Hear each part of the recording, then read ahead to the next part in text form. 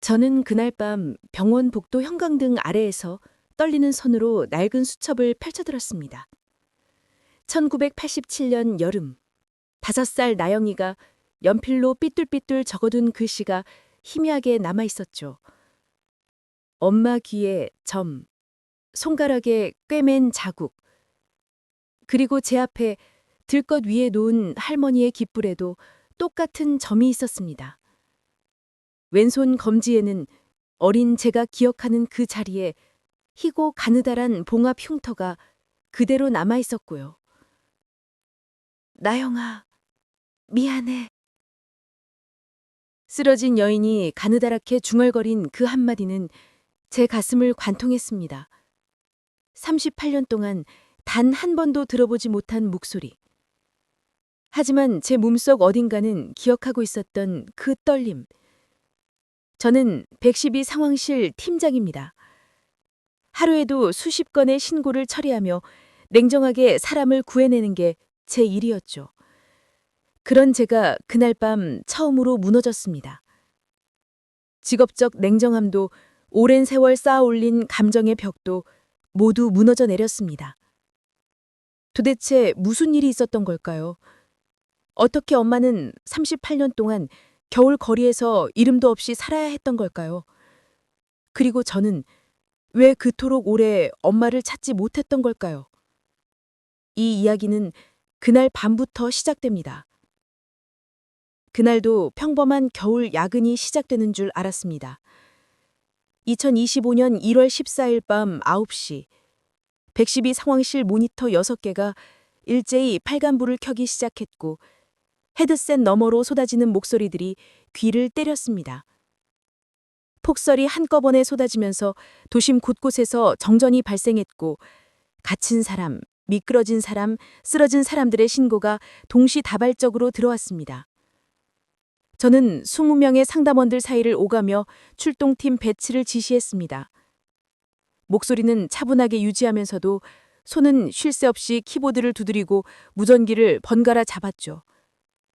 20년 넘게 이 일을 해오면서 체득한 리듬이었습니다. 사람을 살리는 일에는 감정이 끼어들 틈이 없어야 한다는 것. 그게 제 철칙이었습니다. 팀장님, 3번 콜 연결 부탁드립니다. 신입 상담원의 목소리가 조금 떨려 있었습니다. 저는 고개를 끄덕이며 헤드셋을 귀에 꽂았습니다. 112입니다. 무슨 일이십니까? 여기 중앙로 지하차도 앞인데요. 할머니 한 분이 쓰러져 계세요. 눈 속에. 움직이질 않으세요. 신고자는 20대 초반으로 들리는 여성이었습니다. 목소리가 급했지만 또렷하게 상황을 전달해 주었죠. 네, 바로 출동하겠습니다. 혹시 의식이 있으신가요? 잘 모르겠어요. 눈만 깜빡이시는 것 같은데 말씀은 안 하시고요. 저는 즉시 구급대와 순찰차를 배치했습니다. 겨울밤, 노숙인으로 보이는 고령 여성, 의식 미약. 이런 케이스는 한 해에도 수십 건씩 발생합니다. 대부분은 신원 확인도 안 되고 연고자도 없이 병원으로 이송되죠. 그저 또 하나의 숫자로 기록될 뿐입니다. 하지만 저는 그날 밤 왠지 모르게 마음이 불편했습니다. 왜 이렇게 신경이 쓰이지? 출동팀이 현장에 도착했다는 무전이 들어왔습니다. 저는 습관처럼 현장 중계를 듣기 위해 채널을 고정했습니다. 환자 발견, 70대 초반 추정, 여성, 의식 저하 상태입니다. 체온 34도, 저체온증 의심, 즉시 이송 준비하겠습니다. 무전기 너머로 들리는 구급대원들의 목소리는 차분했습니다. 하지만 그 순간 배경 소음 사이로 희미한 소리가 섞여 들어왔습니다. 여인이 신음하는 소리였습니다. 그리고 이어서 아주 가늘고 떨리는 목소리로 무언가를 흥얼거리기 시작했습니다. 차장, 우리 하가 잘도 잔다. 제 손이 멈췄습니다. 그 가락, 그 음정, 그 끊어지는 호흡의 간격까지. 설마 저는 무전기를 꽉 쥐었습니다. 심장이 두근거리기 시작했고 손바닥에 수만이 배어나왔습니다. 주변 상담원들이 제 이름을 부르는 소리가 들렸지만 저는 대답할 수가 없었습니다. 환자 이송준입니다. 상모병원 응급실로 향합니다. 무전이 끊겼습니다. 저는 그 자리에 선 채로 한참을 멍하니 모니터만 바라보고 있었습니다. 아니야, 말도 안 돼. 하지만 제 몸은 이미 반응하고 있었습니다. 가슴이 조여들고 목구멍이 메말랐으며 눈가가 뜨거워졌습니다. 저는 황급히 자리에서 일어나 화장실로 향했습니다. 세면대 앞에 선 저는 거울 속 제 얼굴을 마주했습니다. 48세 최나영. 이혼 후 홀로 딸 하나 키워내고 팀장 자리까지 올라온 여자. 누구보다 강하고 냉정하고 흔들림 없는 사람이라고 스스로를 믿어왔던 사람. 그런데 지금 제 얼굴은 창백했고 입술은 파르르 떨리고 있었습니다. 그 자장가는 엄마만 불러주던 거야. 어린 시절 밤마다 재봉틀 돌리던 엄마가 저를 무릎에 눕히고 불러주던 노래. 다른 동요도 아니고 어디서도 들어본 적 없는 엄마만의 가락이었습니다. 경상도 사투리가 섞인 조금 어눌하지만 따뜻한 음색으로 불러주던 그 노래. 1987년 여름 엄마가 사라진 뒤로 단 한 번도 들어본 적 없던 가락이었습니다. 저는 수도꼭지를 틀어 찬물로 얼굴을 씻었습니다. 차가운 물이 뺨을 타고 흘러내렸지만 가슴속 열기는 식지 않았습니다. 진정해. 그냥 우연이야. 비슷한 노래일 뿐이야. 하지만 제 안에서 또 다른 목소리가 속삭였습니다. 아니야. 확인해봐야 해. 저는 거울 속 제 눈을 똑바로 바라보았습니다. 그 눈빛에는 20년 동안 감춰왔던 무언가가 떠오르고 있었습니다. 그날 밤 저는 퇴근 후 성모병원 응급실로 향했습니다. 눈은 여전히 내리고 있었고 거리는 하얗게 뒤덮여 있었습니다. 차 안에서 히터를 틀어도 몸은 계속 떨렸습니다. 만약 정말 엄마라면 38년 만에 이렇게? 병원 주차장에 차를 세우고 저는 한참을 그 자리에 앉아 있었습니다. 핸들을 잡은 손에 힘이 들어갔다 풀렸다를 반복했습니다. 저는 가방에서 낡은 수첩 하나를 꺼냈습니다.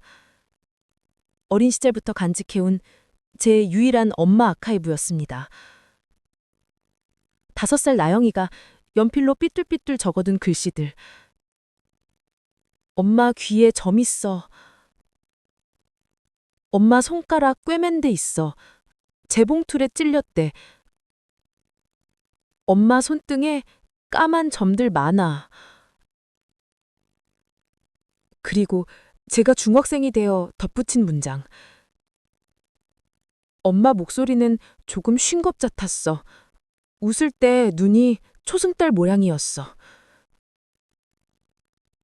저는 수첩을 가슴에 꼭 안았습니다. 가자. 확인하자.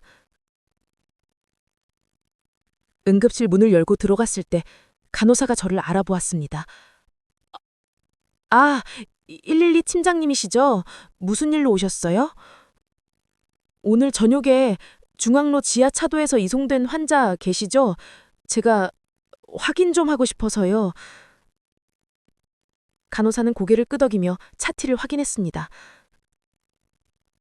신원 미상 70대 여소분이시죠? 지금 3번 병상에 계세요. 의식은 회복되셨는데 말씀은 거의 안 하세요. 저는 천천히 커튼 쪽으로 걸어갔습니다. 발걸음 하나하나가 무거웠고 심장은 터질 듯 뛰었습니다.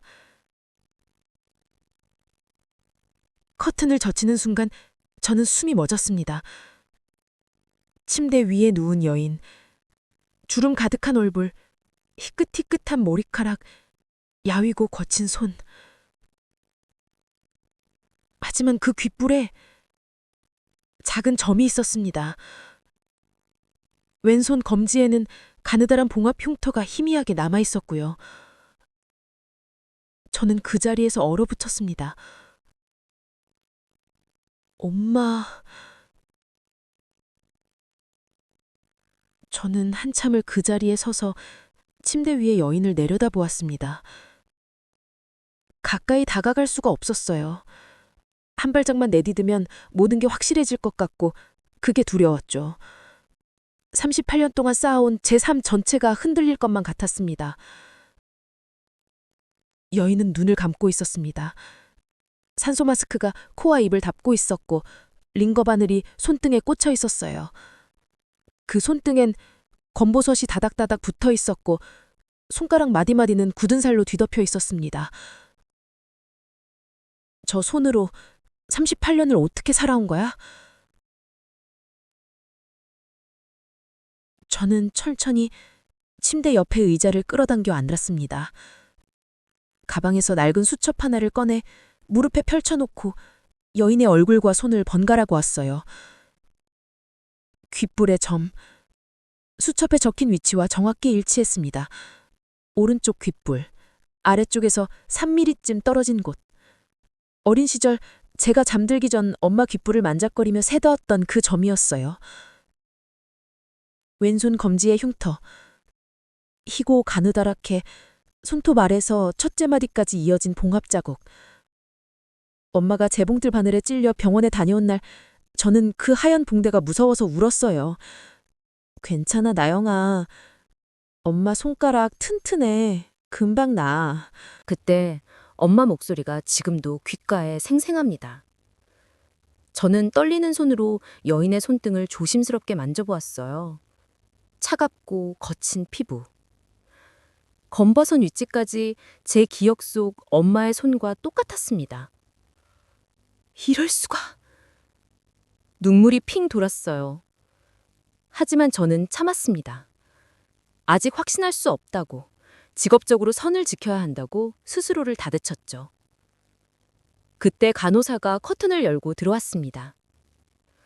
팀장님, 환자분 차트 보실래요? 특이사항 몇 가지 있어서요. 저는 고개를 끄덕이며 차트를 받아 들었습니다. 손이 너무 떨려서 글씨가 제대로 보이지 않았지만 몇 가지 항목이 눈에 들어왔어요. 추정 나이 70에서 75세, 신원 미상, 지문 인식 불가, 마모 심함, 소지품 없음, 만성 영양실조, 우측 어깨 구골절 흔적, 다수의 화상 흔적. 화상 흔적이라는 단어에서 저는 멈췄습니다. 이 화상 흔적은 어디에 있나요? 오른쪽 팔뚝이요. 보시면 아시겠지만 꽤 오래된 화상이에요. 아마 20, 30년 전쯤? 저는 여인의 오른팔을 조심스럽게 들어 올렸습니다. 소매를 걷어 올리자 팔뚝 안쪽에 울퉁불퉁한 화상 흔적이 보였어요. 다리미 화상. 갑자기 기억이 번쩍 떠올랐습니다. 1986년 겨울, 엄마가 다림질하다가 팔에 화상을 입었던 날. 제가 갑자기 뛰어들어서 엄마가 놀라 다리미를 팔에 갖다 댄 거였죠. 엄마는 아픈 내색도 안 하고 웃으며 말했어요. 괜찮다, 나영아. 엄마 잘못이다. 조심했어야지. 맞아. 이건 엄마야. 틀림없어. 하지만 동시에 또 다른 생각이 밀려왔습니다. 그럼 38년 동안 대체 어디서 뭘 하고 계셨던 거지? 저는 간호사에게 물었습니다. 혹시 이분이 깨어나시면 제가 있다고 전해주실 수 있을까요? 네. 그런데 팀장님, 혹시 아시는 분이세요? 아니요. 그냥 신원 확인 때문에요. 거짓말이었어요. 하지만 아직은 아무에게도 말할 수 없었습니다. 확실하지 않았으니까요. 아니, 확실해지는 게 두려웠던 건지도 모르겠어요. 그날 밤 저는 집에 돌아가지 못하고 병원 로비 의자에서 밤을 새웠습니다. 핸드폰엔 딸 유지연의 전화가 3통이나 와 있었지만 받을 수가 없었어요. 지연이한테 뭐라고 말하지? 왜 할머니가 나타났다고? 38년 만에? 새벽 4시쯤 간호사가 저를 깨웠습니다. 팀장님, 환자분이 깨어나셨어요. 저는 벌떡 일어나 병실로 향했습니다. 복도를 걸어가는 내내 심장이 터질 것처럼 뛰었고 다리에 힘이 들어가지 않았어요. 커튼을 열었을 때 여인은 침대에 반쯤 기대 앉아 있었습니다. 산소 마스크를 벗은 얼굴이 처음으로 또렷이 보였어요. 주름 깊은 얼굴, 움푹 들어간 눈. 하지만 그 눈매는 제가 거울에서 매일 보는 제 눈과 닮아 있었습니다. 여인이 천천히 고개를 돌려 저를 보았어요. 그 순간 그 눈빛이 흔들렸습니다. 나영이? 가느다란 목소리, 경상도 사투리가 섞인 쉰 듯한 음색. 저는 그 자리에서 얼어붙었습니다. 나영이 맞제, 우리 딸. 눈물이 주르륵 흘러내렸어요. 38년 동안 단 한 번도 흘리지 않았던 눈물이었습니다. 엄마? 제 입에서 그 단어가 나왔을 때 여인도 울기 시작했어요. 미안하다, 나영아. 엄마가 못 돌아가서. 저는 주저앉았습니다. 무릎에 힘이 풀렸고 가슴이 터질 것처럼 아팠어요. 정말 엄마야, 살아계셨어. 하지만 동시에 분노가 치밀어 올랐습니다. 왜 38년 동안 아무 말도 없었던 거야? 저는 병원 복도 벤치에 앉아 차가운 커피캔을 쥐고 있었습니다. 방금 전 엄마와 나눈 짧은 대화는 제 머릿속을 온통 어지럽게 만들었어요. 엄마는 울면서 사과만 반복했고 저는 아무 말도 할 수가 없었죠. 의사가 들어와 환자가 안정을 취해야 한다며 저를 내보냈고 저는 그렇게 복도로 나왔습니다. 38년 동안 어떻게 살았던 거지? 핸드폰이 울렸어요. 문태성 기자였습니다. 대학 동기이자 지역 신문사에서 20년째 사회부를 담당하는 친구죠. 나영아, 어젯밤 구조된 무영구 여성 건 너 담당이었지? 신원 확인됐어? 태성아, 나 지금 좀... 나영아, 네 목소리 이상한데? 무슨 일 있어? 저는 한참을 망설이다가 조심스럽게 말했습니다. 태성아, 그 여성이 우리 엄마일지도 몰라. 전화기 너머로 정적이 흘렀어요. 태성은 제 과거를 알고 있었습니다. 대학 시절 술에 취해 한 번 털어놓은 적이 있었거든요. 지금 병원 어디야? 내가 갈게. 1시간 뒤 태성이 병원에 도착했습니다.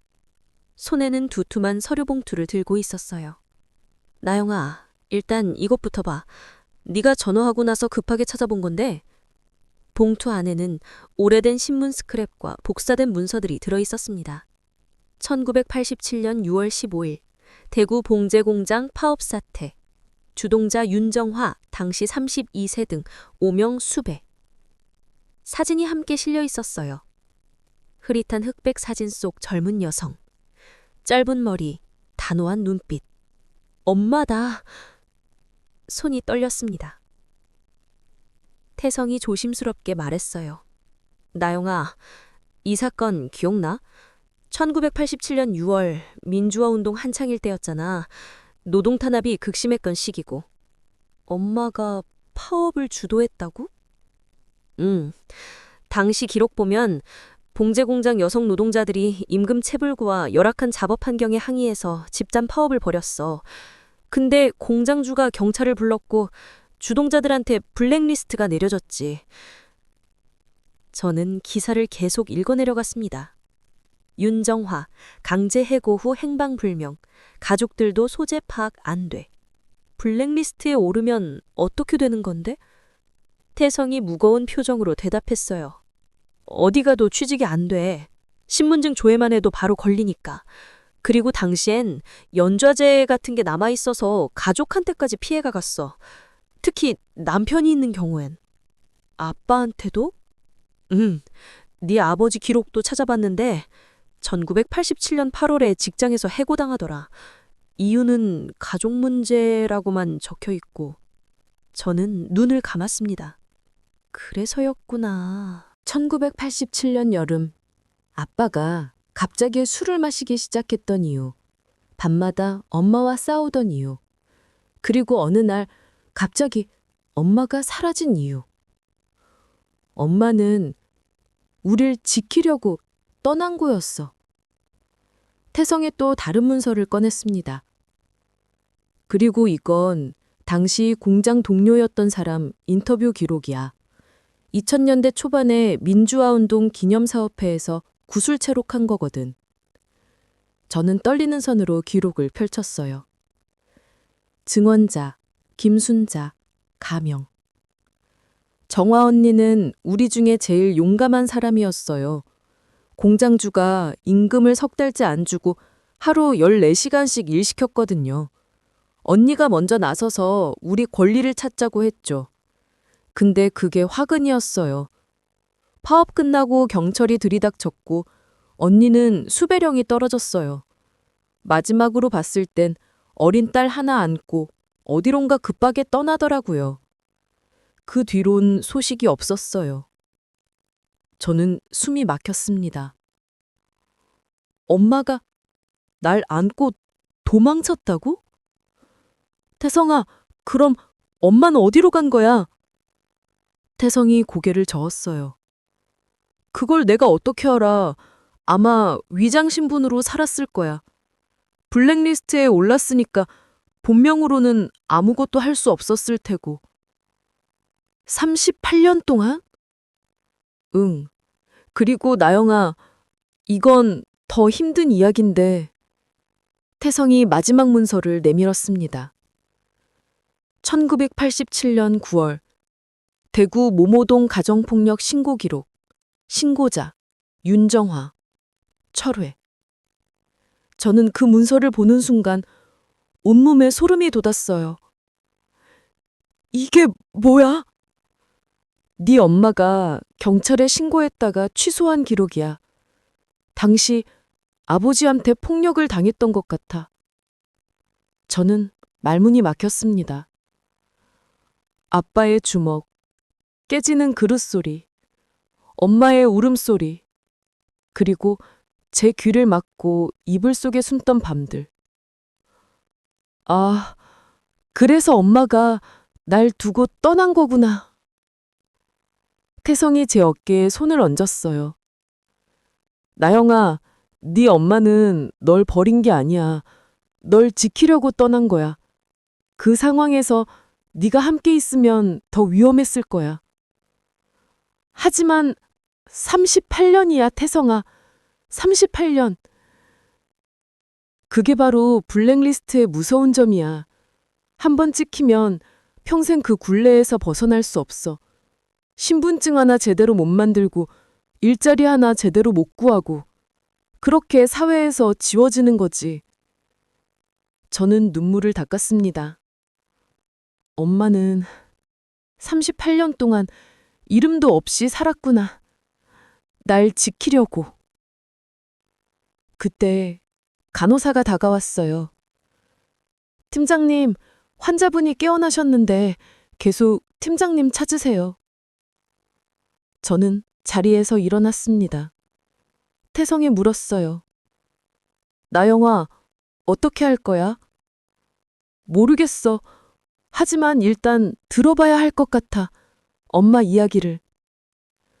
병실로 들어갔을 때 엄마는 창밖을 바라보고 있었습니다. 제가 들어가는 소리에 고개를 돌렸고 우리 눈이 마주쳤어요. 나영아, 안거라. 저는 침대 옆에 앉았습니다. 엄마의 손을 잡았어요. 여전히 차갑고 거칠었지만 38년 만에 잡아보는 엄마의 손이었습니다. 엄마, 왜 그랬어요? 왜 말도 없이 떠나신 거예요? 엄마가 눈을 감았어요. 눈가에 주름이 깊게 패였고 눈물이 고였습니다. 나영아, 엄마가 너를 지키고 싶었는데 그 방법밖에 몰랐다. 무슨 말씀이세요? 엄마가 천천히 입을 열었습니다. 그때 공장에서 파업했을 때 엄마는 우리가 당연한 권리를 요구하는 줄만 알았어. 근데 그게 아니었더라. 경찰이 왔고 우리 주동자들은 수배령이 떨어졌지. 그리고 너희 아버지 직장에도 연락이 갔어. 그래서 아빠가 해고된 거죠? 그래. 네 아버지는 그 뒤로 완전히 달라졌어. 매일 술 마시고 엄마한테 화풀이했지. 네가 나댔다고 우리 집안이 이 꼴이 났다고. 엄마는 그래도 참았어. 근데 엄마 목소리가 떨렸어요. 네가 위험해질 것 같았어. 네 아버지가 술 먹고 너한테까지 손을 댈까 봐. 그래서 엄마가 경찰에 신고했는데 네 아버지가 알게 됐어. 그날 밤이 제일 무서웠다. 저는 숨을 참았습니다. 엄마가 너를 안고 도망쳤어. 새벽에. 아무것도 안 챙기고 그냥 너만 안고 나왔지. 근데 나영아, 엄마가 어디로 가야 할지 몰랐어. 블랙리스트에 올라서 어디도 받아주지 않았고 신분증도 못 쓰고. 그래서요? 엄마가 제 손을 꽉 잡았어요. 너를 친척 집에 맡기고 엄마 혼자 떠나려고 했어. 근데 네가 울면서 매달렸잖아. 엄마 가지 마 하면서. 저는 그 장면이 어렴풋이 기억났어요. 새벽 버스 정류장. 엄마 치마를 붙잡고 울던 5살 나영이. 그래서 엄마가 너를 집에 다시 데려다 놨어. 네 아버지한테. 그리고 엄마 혼자 떠났지. 그게 1987년 8월 12일이었어. 38년 전 그날. 엄마가 사라진 날. 이제야 알았습니다. 엄마는 저를 버린 게 아니었어요. 저를 살리려고 스스로 사라진 거였습니다. 그날 오후 저는 병원 행정실에 앉아 있었습니다. 앞에는 동의서가 놓여 있고 펜을 쥔 제 손은 계속 떨렸어요. DNA 간이검사 신청서. 법적으로 모녀 관계를 확인하기 위한 절차였습니다. 꼭 해야 하나? 속으로 수없이 물었어요. 귓불의 점, 손가락 흉터, 자장가, 엄마의 목소리. 이미 충분한 증거였잖아요. 하지만 제 아내 112 상황실 팀장이 말했습니다. 감정만으론 안 돼. 확실한 근거가 필요해. 저는 동의서에 서명했습니다. 행정직원이 서류를 받아가며 말했어요. 결과는 일주일 정도 걸립니다. 빠르면 5일 후쯤 나올 거예요. 네, 감사합니다. 병실로 돌아가는 복도는 유난히 길게 느껴졌습니다. 발소리만 텅텅 울렸고 형광등 불빛은 차갑게 내려앉았어요. 일주일, 그 시간 동안 뭘 해야 하지? 문득 생각했어요. 38년 동안 헤어져 있었는데 일주일이 뭐가 중요하냐고. 하지만 이상하게도 그 일주일이 견딜 수 없이 길게 느껴졌습니다. 병실 문을 열었을 때 엄마는 창가에서 해를 바라보고 계셨습니다. 겨울 오후 햇살이 엄마의 희끗한 머리카락을 비추고 있었습니다. 엄마가 천천히 고개를 돌렸어요. 눈가가 빨갛게 부어 있었습니다. 나영아, 안거라. 엄마가 할 말이 더 있다. 저는 침대 옆에 앉았습니다. 엄마는 한참을 망설이다가 떨리는 목소리로 말을 이었어요. 엄마가 너를 두고 떠난 뒤에 어떻게 살았는지 알고 싶지? 솔직히 두려웠어요. 듣고 싶으면서도 듣기 싫었습니다. 하지만 고개를 끄덕였죠. 엄마가 찬찬히 이야기를 시작했습니다. 처음엔 부산으로 갔어. 이름을 바꾸고 쪽방에서 살면서 봉제 일을 다시 시작했지. 의정 신분증 만드는 사람들이 있더라고. 돈 주고 샀어. 얼마나요? 당시 돈으로 50만 원. 엄마한테는 엄청난 돈이었지. 그래도 살려면 어쩔 수 없었어.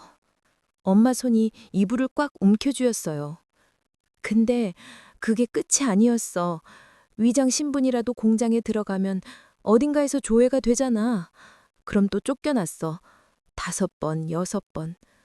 그렇게 쫓겨나다 보니 아무도 엄마를 안 받아줬어. 그럼 어떻게 살았어요? 엄마가 눈을 감았습니다. 내장 공정 있잖아. 봉제 공장에서 겉감 작업은 정식 직원이 하는데 안감이나 단추 다는 일은 집에서 하는 거. 그걸로 버텼어.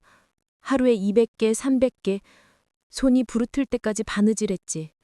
저는 엄마의 손을 봤어요. 굳은 살 가득한 뒤틀린 손가락. 38년의 시간이 그 손에 새겨져 있었습니다. 그렇게 10년쯤 버텼나? 근데 1997년에 IMF 왔잖아. 일거니가 또 끊겼어. 그때부터 진짜 힘들었지. 어떻게 하셨어요? 청소일, 식당 설거지, 뭐든 했어. 근데 나이 들수록 일자리가 없어지더라고. 60 넘어가니까 아무도 안 써주더라. 그래서 엄마 목소리가 떨렸어요. 길로 나왔어. 2015년쯤. 그때부터 거리에서 살았지. 10년 동안요? 지하도, 공원, 찜질방. 겨울엔 따뜻한 데 찾아다니고 여름엔 그늘 찾아다니고. 10년, 거리에서 10년을. 가슴이 미어졌어요.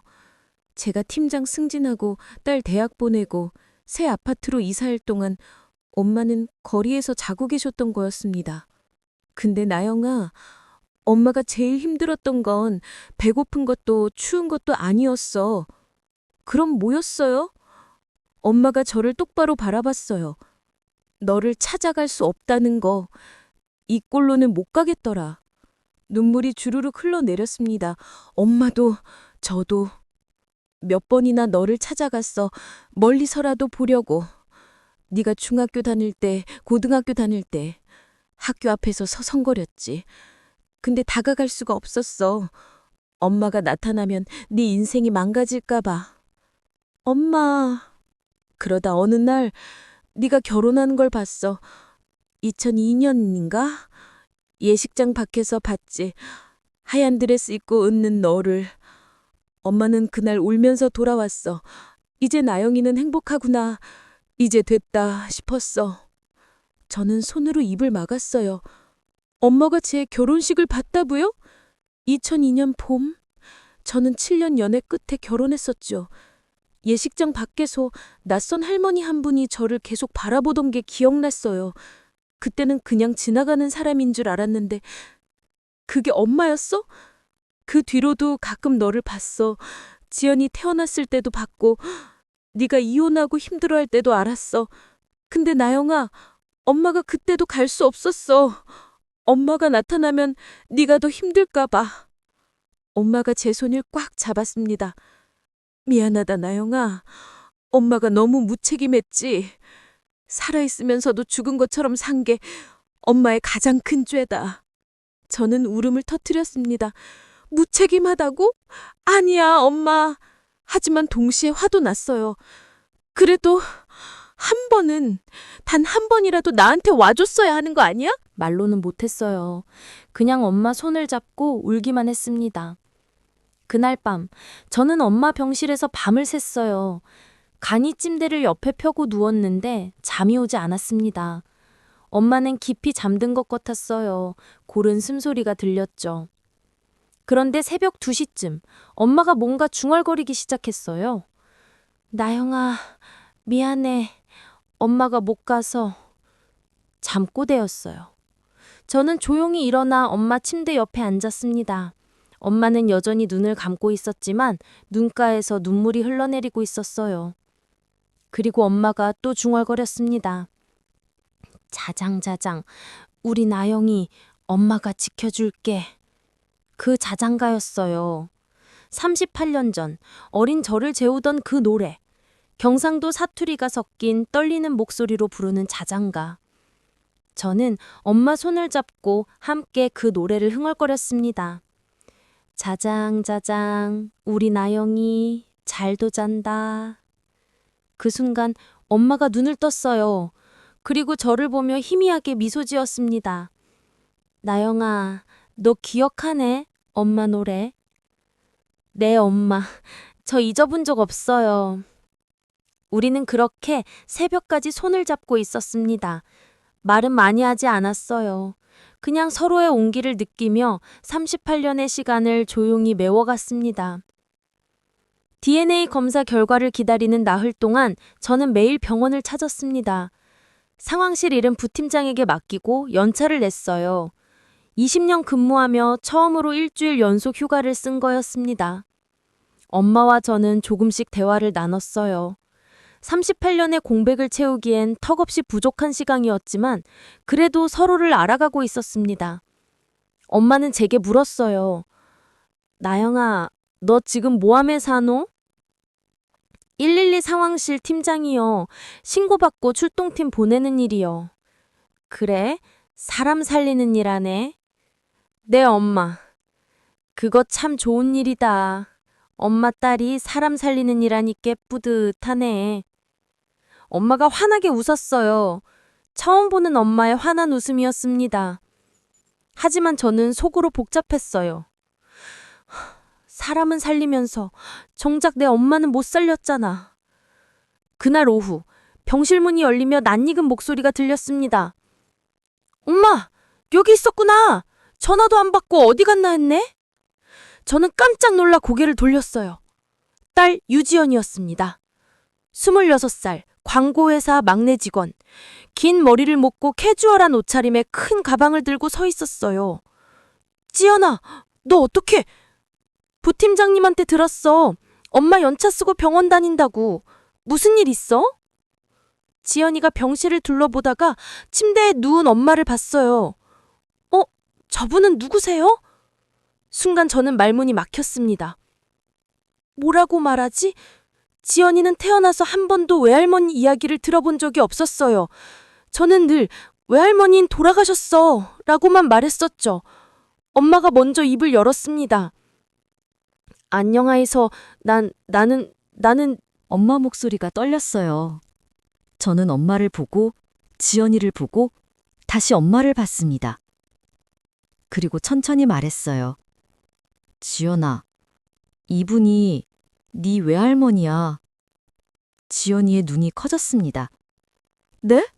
외할머니? 돌아가셨다고 하지 않았어요? 엄마가 거짓말했어. 미안해. 지연이는 저를 물끄러미 바라보다가 천천히 엄마에게 다가갔어요. 외할머니세요? 정말요? 엄마가 고개를 끄덕였습니다. 그래, 애야. 네 외할머니 맞다. 우째 이리 예쁘너. 나영이 닮았네. 지연이는 한참을 엄마를 바라보더니 갑자기 저를 돌아봤어요. 엄마, 설명 좀 해줘. 지금 무슨 상황이야? 저는 지연이를 복도로 데리고 나갔습니다. 찬 복도 공기가 얼굴을 스쳤고 형광등 불빛이 차갑게 내려앉았어요. 지연아, 앉아봐. 벤치에 나란히 앉았습니다.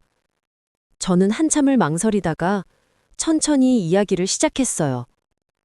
1987년 여름의 이야기, 엄마가 사라진 이야기, 38년 만의 재회 이야기. 지연이는 말없이 듣고 있었어요. 표정이 점점 굳어갔습니다. 다 말하고 나자 지연이가 물었어요. 그럼 엄마는 38년 동안 외할머니가 살아계신 줄 알았어요? 아니, 몰랐어. 돌아가신 줄 알았지. 근데 찾아는 봤어요? 아니. 왜요? 따끔한 질문이었어요. 지연아, 엄마도 사정이 있었어. 당시엔 어렸고 나중엔 찾을 방법이 없었어. 방법이 없었다기보단 찾고 싶지 않았던 거 아니에요? 가슴이 철렁했어요. 지연아, 그게 무슨 말이야? 지연이가 저를 똑바로 바라봤어요. 엄마, 솔직히 말해요. 외할머니 없이 사는 게 편했던 거 아니에요? 상처받고 싶지 않았던 거고. 이 아이가 지금... 화가 치밀었지만 동시에 뭔가 뜨끔했어요. 지연이 말이 맞았으니까요. 저는 38년 동안 단 한 번도 엄마를 진지하게 찾아본 적이 없었어요. 경찰에 실종 신고조차 안 했었죠. 그냥 돌아가셨다고 믿으며 사는 게 더 편했던 겁니다. 지연아, 엄마, 저는 이해가 안 돼요. 외할머니가 저렇게 힘들게 사신 걸 이제 알았으면 당장 모셔야 하는 거 아니에요? DNA 검사 결과가 나와야 그게 중요해요? 엄마 마음속엔 이미 답 있잖아요.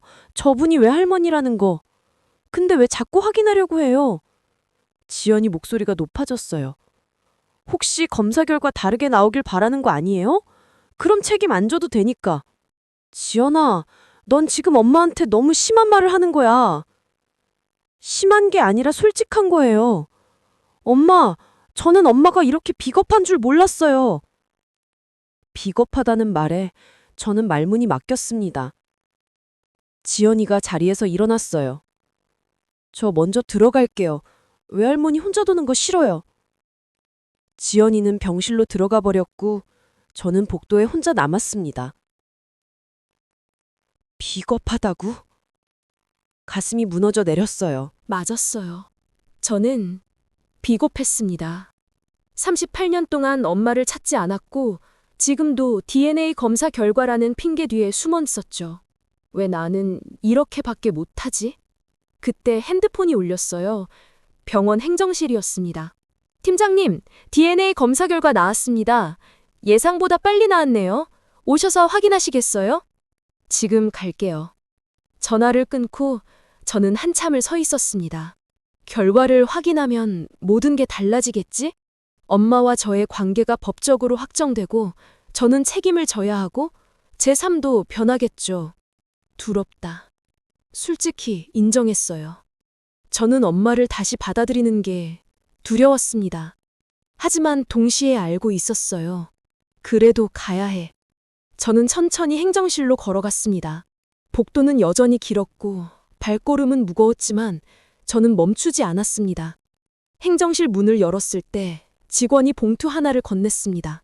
여기 있습니다, 팀장님. 저는 봉투를 받아들었어요. 가볍지만 그 무게가 온몸을 짓눌렀습니다. 이 안에 답이 들어있어. 복도 벤치에 앉아 한참을 봉투만 바라봤어요. 뜯을 수가 없었습니다. 만약 일치하면? 법적으로 엄마를 모셔야 하고 주거와 생활비를 책임져야 하고 제 일상 전체가 바뀌겠죠. 만약 불일치하면? 그럼 저는 책임에서 자유로워지지만 38년 만에 찾은 이 인연을 포기해야 합니다. 원하는 게 뭐다, 나영아? 스스로에게 물었어요. 솔직히 머릿속이 복잡했습니다. 엄마를 사랑하는 마음과 책임이 두려운 마음이 뒤섞여 있었어요. 하지만 결국 저는 봉투를 뜯었습니다. 모녀 관계 일치율 99.9%. 숨이 턱 막혔어요. 정말이구나. 손이 떨렸고 눈물이 핑 돌았습니다. 이제 더 이상 도망칠 수 없게 됐어요. 저는 결과지를 가슴에 꽉 안고 병실로 향했습니다. 병실 문을 열었을 때 지연이가 엄마 침대 옆에 앉아 이야기를 나누고 있었어요. 외할머니, 제가 사진 보여드릴게요. 이게 제 고등학교 졸업사진이에요. 아이고, 이뻐라. 나영이 어릴 적이랑 똑같네. 그래요? 엄마 어렸을 때 어땠어요? 우리 나영이는 엄마와 지연이가 웃으며 이야기하는 모습을 보니 가슴 한편이 따뜻해졌어요. 하지만 동시에 무거운 죄책감이 밀려왔습니다. 나는 뭘 하고 있었던 거지? 저 둘이 38년 전부터 이렇게 만날 수 있었는데. 저는 침대 옆으로 다가갔습니다. 엄마, 결과 나왔어요. 엄마와 지연이가 저를 바라봤어요. 모녀 관계 일치합니다. 99.9%. 엄마가 눈을 감았어요. 눈물이 주르륵 흘러내렸습니다. 그래, 이제 확실하네. 지연이가 제 손을 잡았어요. 엄마, 이제 어떻게 할 거예요? 저는 한참을 말없이 서 있다가 천천히 입을 열었습니다. 엄마, 저희 집으로 가시죠. 함께 살아요. 그 말을 하는 순간 엄마가 고개를 들었어요. 나영아, 그건... 엄마, 38년 동안 혼자 계셨잖아요. 이젠 제가 모실게요. 그런데 엄마가 고개를 저었습니다. 나영아, 엄마는 괜찮다. 네? 엄마가 네 인생의 짐이 되고 싶지 않아. 그냥 이렇게 가끔 보는 것만으로도 충분해. 순간 뭔가 뜨끈한 게 치밀어 올랐어요. 엄마, 지금 무슨 말씀하시는 거예요? 엄마는 이제 늙었고 아픈 데도 많고 네가 엄마 돌보느라 힘들까 봐. 엄마! 저도 모르게 목소리가 높아졌습니다. 엄마는 38년 동안 거리에서 사셨잖아요. 겨울엔 얼어 죽을 뻔하고 여름엔 더워 죽을 뻔하면서. 그런데 지금 괜찮다고요? 나영아, 아니에요. 괜찮지 않아요. 눈물이 쏟아졌어요. 엄마는 38년 동안 저를 멀리서 지켜보셨다고 했잖아요. 제 결혼식도, 지연이 태어난 것도, 제가 이혼한 것도 다 아셨다고 했잖아요.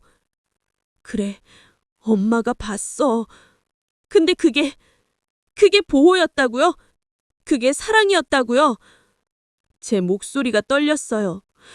엄마, 그건 보호가 아니었어요. 그건 부재였어요. 엄마가 안 계신 38년이 저한테는 구멍이었어요. 채워지지 않는 빈자리였다고요. 엄마가 울기 시작했습니다. 나영아, 엄마가 잘못했어. 엄마가 무책임했고 비겁했어. 근데 어쩔 수 없었어. 엄마가 나타나면 네가 더 힘들까 봐. 더 힘든 건 엄마가 안 계신 거였어요. 저는 침대 옆에 주저앉았어요. 엄마, 저는 어렸을 때부터 궁금했어요. 왜 엄마는 저를 두고 떠나셨을까? 제가 뭘 잘못했을까? 제가 착한 아이였으면 엄마가 안 떠나셨을까? 나영아, 그건 네 잘못이 아니야. 알아요. 이제는 알아요. 근데 38년 동안은 몰랐어요. 목이 메었어요. 저는 38년 동안 버려진 아이로 살았어요. 아빠한테도 사랑받지 못하고 엄마한테도 버림받았다고 생각하면서요. 그게 얼마나 아픈 줄 알아요? 엄마가 제 손을 꽉 잡았어요. 미안해, 나영아. 정말 미안해. 미안하다고 끝나는 게 아니에요, 엄마. 저는 엄마를 똑바로 바라봤어요. 엄마, 저는 이제 더 이상 버려진 아이로 살고 싶지 않아요. 그러니까 제발 저한테 돌아와 주세요. 당당하게. 나영아, 엄마가 짐이 된다고요? 아니에요. 엄마는 제 가족이에요. 제가 평생 찾던 사람이에요. 지연이가 옆에서 울고 있었어요. 외할머니, 우리 집에 가요. 제 방 드릴게요. 제가 외할머니 모실게요. 엄마가 지연이를 보며 눈물을 흘렸습니다. 지연아, 고맙다. 근데 외할머니는... 엄마! 저는 단호하게 말했어요. 떠난 건 엄마가 선택하신 거였어요. 하지만 돌아오는 건 제가 선택할게요. 그러니까 엄마는 그냥 받아들이기만 하세요. 엄마가 한참을 저를 바라보다가 천천히 고개를 끄덕였습니다. 알았다. 나영아, 엄마가 돌아갈게. 그 순간 제 가슴속 38년의 구멍이 조금씩 메워지는 느낌이 들었습니다. 그날 오후 저는 병원 사회복지사실을 찾았습니다. 문을 두드리자 40대 초반의 사회복지사 선생님이 반갑게 맞아주셨어요. 112 팀장님이시죠? 어떻게 오셨어요? 저희 어머니 건으로 상담받으러 왔어요. 저는 엄마의 상황을 설명했습니다. 38년간의 거리 생활, 블랙리스트, 신원 불명 상태. 사회복지사 선생님은 고개를 끄덕이며 메모했어요. 일단 기초수급 신청부터 해야겠네요. 신원 확인이 됐으니 가능할 거예요. 그리고 주거 지원도 알아봐야 하고요. 집은 저희 집에 모시려고요. 그럼 더 좋죠. 하지만 어르신 명의로 기초수급 받으시면 의료비나 생활비 지원받을 수 있어요. 저는 서류를 받아들었습니다. 이렇게 복잡한 절차를 거쳐야 하는구나. 하지만 기꺼이 하고 싶었어요. 엄마의 존엄을 되찾아드리는 일이니까요. 사회복지사 선생님이 또 말씀하셨어요. 그리고 팀장님, 혹시 과거 체불임금 관련해서도 알아보실 생각 있으세요? 체불임금이요? 네, 1987년 파업 당시 받지 못한 임금이 있을 거예요. 물론 30년도 더 지났지만 민주화 운동 관련 피해 보상 제도가 있거든요. 그런 게 있었어? 저는 즉시 기자 태성에게 전화했습니다. 태성아, 과거 체불임금 청구할 수 있는 방법 없을까? 있지. 민주화운동 관련 피해보상 신청하면 돼. 내가 자료 찾아서 보내줄게. 며칠 뒤 저는 두툼한 서류 뭉치를 들고 노동청을 찾았습니다. 담당 공무원은 서류를 검토하더니 말했어요. 1987년 당시 기록이 남아있네요. 윤정화 씨, 3개월치 임금 체불, 총 180만 원. 지금 가치로 환산하면 약 900만 원 정도 되겠네요. 받을 수 있을까요? 신청은 할 수 있어요. 다만 시간이 좀 걸릴 겁니다. 6개월에서 1년 정도. 괜찮아요. 신청할게요. 저는 서류에 하나하나 도장을 찍었습니다. 엄마 돈이야. 엄마가 당당하게 받아야 할 돈. 그리고 가장 중요한 일이 남아 있었습니다. 엄마의 이름을 되찾는 것. 38년 동안 위장 신분으로 살았던 엄마는 주민등록도 제대로 안 돼 있었어요. 저는 주민센터를 찾아가 말했습니다. 어머니, 주민등록 정정 신청하러 왔습니다. 윤정화, 1953년 5월 3일생. 담당 공무원이 서류를 입력하더니 말했어요. 아, 여기 직권 말소 처리돼 있네요. 1995년에 10년 이상 소재 파악 안 되면 직권 말소되거든요. 그럼 복원할 수 있나요? 네, 가능합니다. DNA 검사 결과서랑 가족관계 증명서 가져오시면 돼요. 일주일 뒤 저는 새로 발급받은 주민등록증을 손에 들고 있었습니다. 윤정화, 1953년 5월 3일생. 38년 만에 엄마가 다시 이름을 갖게 됐어요. 병실로 달려가 엄마께 주민등록증을 보여드렸습니다. 엄마 보세요. 엄마 이름이에요. 엄마가 주민등록증을 받아들고 한참을 말없이 바라보셨어요. 그리고 주민등록증을 가슴에 콱 안으며 울기 시작했습니다. 나영아, 엄마가 이제 사람 됐네. 엄마는 원래 사람이었어요. 다만 증명할 수 없었던 뿐이에요. 고맙다, 나영아. 정말 고맙다. 저는 엄마를 꽉 안았어요. 38년 만에 포옹이었습니다. 며칠 뒤 엄마는 퇴원했어. 거리지원센터장 박동식 선생님이 휠체어를 밀어주셨고 지연이는 짐을 들고 저는 엄마 손을 잡고 병원을 나섰습니다. 병원 밖 저울 햇살이 눈부셨어요. 엄마가 하늘을 올려다보며 말했습니다. 나영아, 하늘이 참 예쁘다. 네, 엄마, 예뻐요. 엄마가 거리에 살 땐 하늘 볼 여유가 없었어. 근데 이제 보니까 이렇게 예쁘네? 저는 엄마 손을 꽉 잡았어요. 앞으로는 매일 하늘 보여드릴게요, 엄마. 차에 타고 집으로 향하는 길, 엄마는 창밖을 계속 바라보셨어요. 나영아, 저기 네가 다니던 초등학교네? 네, 맞아요. 엄마 기억하세요? 그럼 엄마가 매일 데려다 줬잖아. 38년 전 기억이 새록새록 떠올랐습니다. 엄마 손잡고 학교 가던 길, 엄마가 사준 붕어빵, 엄마가 불러주던 자장가. 이제 다시 시작이야. 38년 늦었지만. 집에 도착했을 때 지연이가 먼저 달려가 현관문을 열었어요. 외할머니, 여기에요. 우리 집이에요. 엄마가 천천히 현관에 들어섰습니다. 현관에서 잠시 멈춰서서 집안을 둘러보셨어요. 나영아, 좋은 집에 사네? 엄마도 이제 여기서 사실 거예요. 지연이가 엄마 손을 잡았어요. 외할머니, 제 방 보여드릴게요. 제가 깨끗하게 청소했어요. 엄마는 지연이를 따라 방으로 들어갔어요. 저는 현관에 혼자 남아 엄마가 신고 온 낡은 운동화를 내려다봤습니다. 해지고 구겨진 운동화, 38년의 시간이 고스란히 새겨진 신발. 이제 새 신발 사드려야지. 그때 엄마가 방에서 나오셨어요. 나영아, 네, 엄마. 엄마가 이제 여기서 살아도 되는 거지? 네, 엄마. 여기가 엄마 집이에요. 엄마가 눈물을 닦으며 말했습니다. 엄마가 38년 만에 집이 생겼네. 저도 눈물이 났어요. 엄마, 38년 늦었지만 이제부터 시작이에요. 천천히 함께 가요. 엄마가 고개를 끄덕였습니다. 그래, 나영아. 천천히 가자. 그날 저녁, 우리는 처음으로 함께 식탁에 앉았어요. 저, 엄마, 지현이, 세 여자, 세 세대가 한 식탁에 모였습니다. 밥을 먹다가 엄마가 조심스럽게 물었어요. 나영아, 엄마가 자장가 불러줘도 되겠노? 저는 웃으며 대답했습니다. 네, 엄마, 듣고 싶어요. 38년 만에. 엄마가 천천히 노래를 부르기 시작했어요.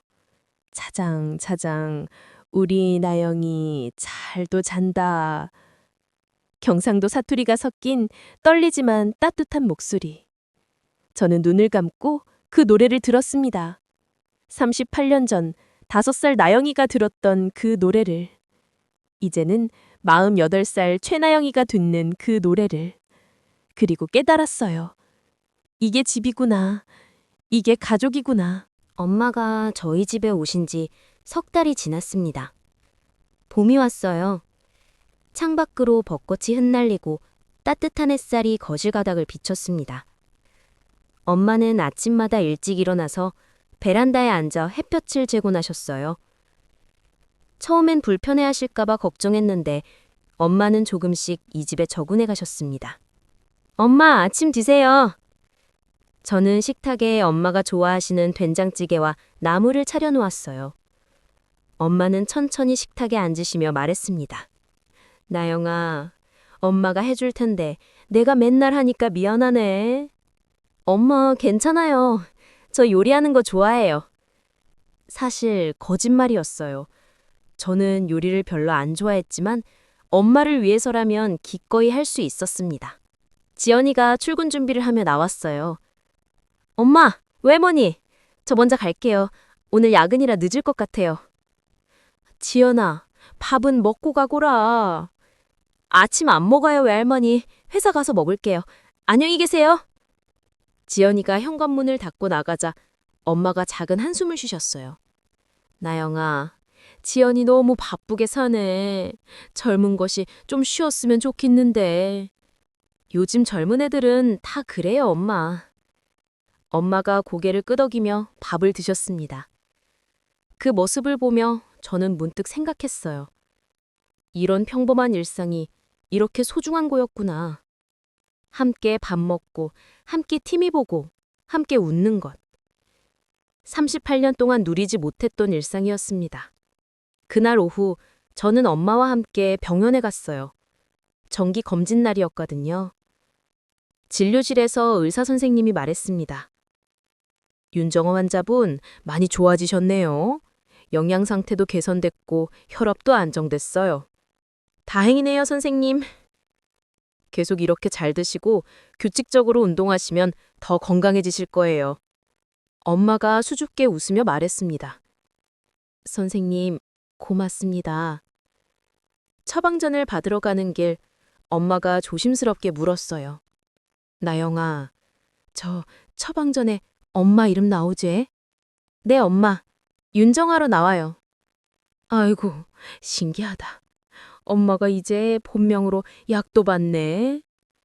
처방전을 받아들고 엄마는 한참을 자기 이름을 바라보셨어요. 윤정화. 38년 만에 되찾은 이름. 그 이름을 보며 엄마는 조용히 미소 지었습니다. 약국으로 가는 길, 저는 엄마 손을 잡았어요. 엄마, 오늘 날씨 좋은데 공원 갈까요? 좋지. 엄마도 좀 걷고 싶었어. 우리는 근처 공원으로 걸어갔습니다.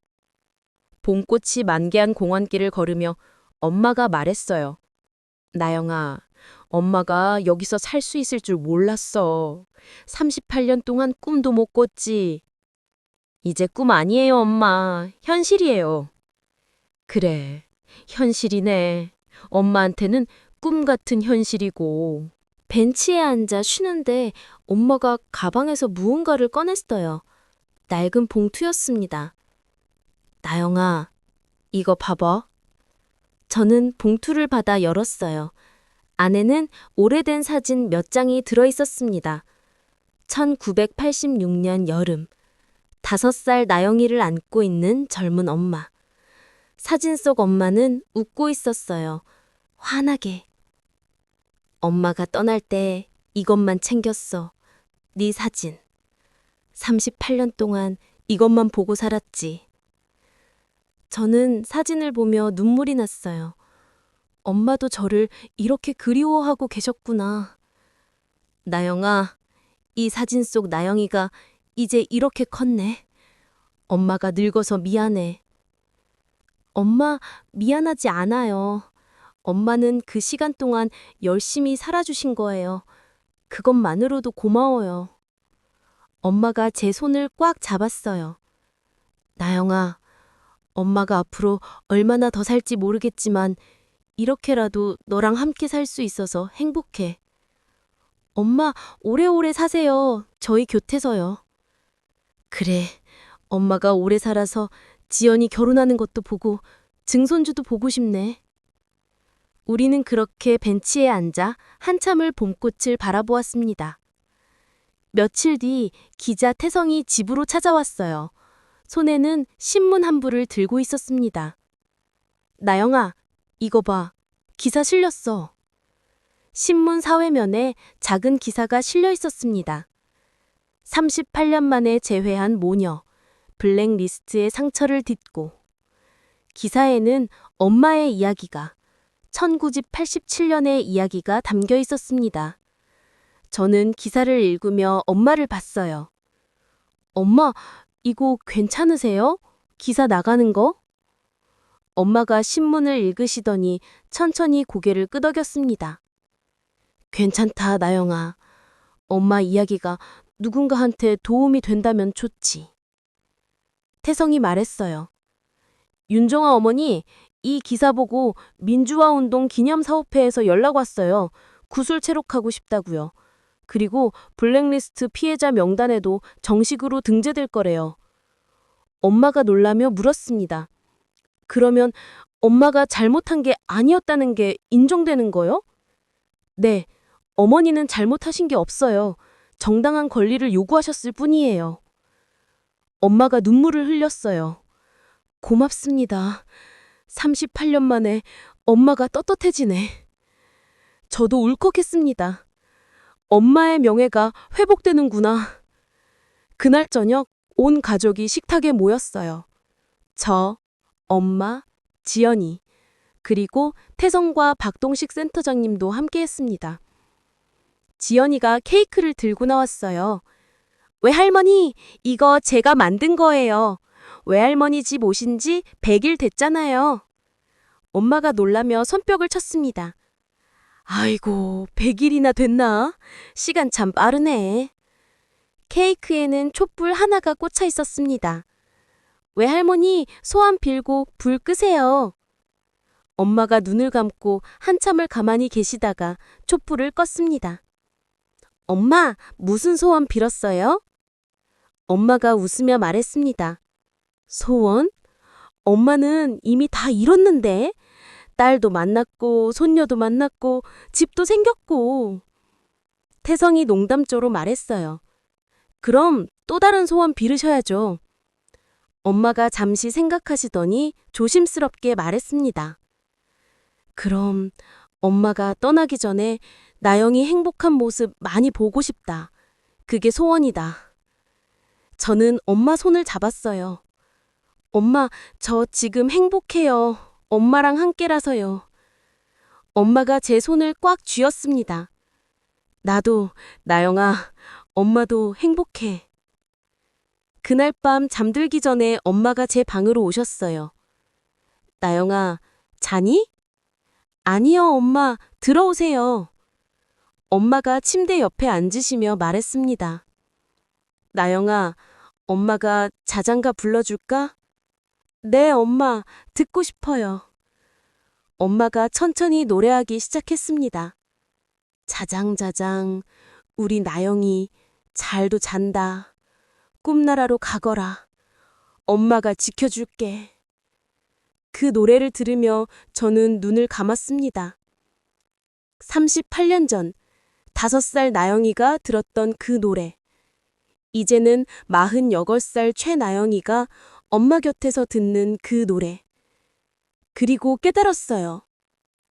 구조는 신고 접수로 시작하지만 관계는 이름을 부르는 순간 시작한다.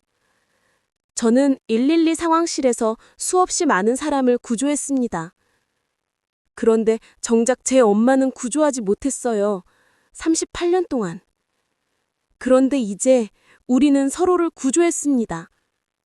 엄마는 거리에서 벗어났고 저는 버림받은 아이에서 벗어났습니다. 그리고 우리는 다시 가족이 됐어요.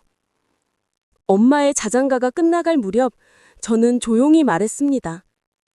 엄마, 사랑해요. 엄마가 제 이마에 입을 맞추며 대답했습니다. 나도 사랑한다, 나영아. 엄마가 제일 사랑해. 그날 밤 저는 38년 만에 처음으로 엄마 품에서 평안하게 잠들었습니다.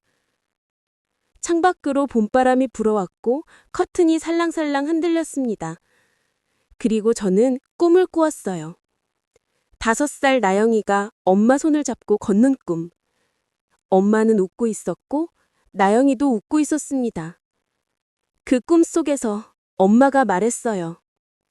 나영아, 이제 괜찮다. 엄마가 이제 안 떠나. 그리고 나영이가 대답했습니다. 네, 엄마. 저도 안 놓을게요. 이제 엄마 손 절대 안 놓을 거예요. 여러분, 긴 이야기 끝까지 들어주셔서 진심으로 감사합니다. 38년 만에 재회한 최나영과 윤정화 씨의 이야기, 가슴 깊이 와닿으셨나요? 우리 주변에도 혹시 이런 이야기가 있을지 모릅니다. 오래전 헤어진 가족, 연락이 끊긴 사람, 말 못할 사연을 안고 사는 누군가. 저는 이 이야기를 통해 여러분께 전하고 싶었습니다. 가족은 피로 이어지는 게 아니라 서로를 부르는 이름으로 이어진다는 것을요. 그리고 아무리 늦었어도 다시 시작할 수 있다는 것을요. 오늘도 이 영상을 봐주신 모든 분들께 감사드립니다. 구독과 좋아요는 저에게 큰 힘이 됩니다. 그리고 무엇보다 여러분 모두 건강하시고 행복하시길 바랍니다. 혹시 오늘 이 이야기가 마음에 와닿으렸다면 사랑하는 가족에게 전화 한 통 해보시는 건 어떨까요? 사랑해요, 보고 싶어요, 고마워요 한마디면 충분합니다. 그 한마디가 누군가에겐 38년을 기다린 말일 수도 있으니까요. 다음에도 좋은 이야기로 찾아뵙겠습니다. 항상 건강하시고 따뜻한 봄날 되시길 바랍니다. 그럼 다음에 또 만나요.